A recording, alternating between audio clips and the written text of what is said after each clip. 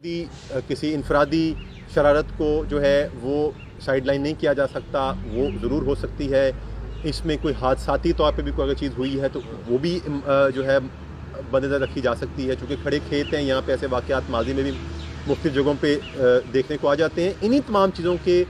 हक़ाइक़ को मज़ीद सामने लाने के लिए हमने प्रॉपर फॉरेंसिक्स की एक PFSA की टीम बुलाई है, जो भी वहाँ पे सैम्पलिंग इकट्ठी कर रही है, ताकि मज़ीद भी टेक्निकल शवाहिद भी सामने लाए जा सकें कि ये वजह किस बात से हुई।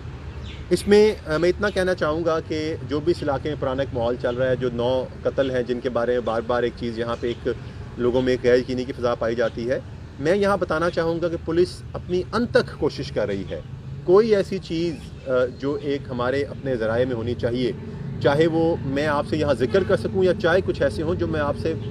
फ़िल वक्त मामले की या वक्त नौयत ना होते हुए मैं आपसे उसका इजहार ना कर सकूं, ऐसे तमाम चीज़ें हैं जो चल रही हैं, जिस पर इंशाल्लाह हम कोशिश करेंगे कि इसके जो मुल्ज़मान हैं उनको गिरफ़्तार किया जाए, उनको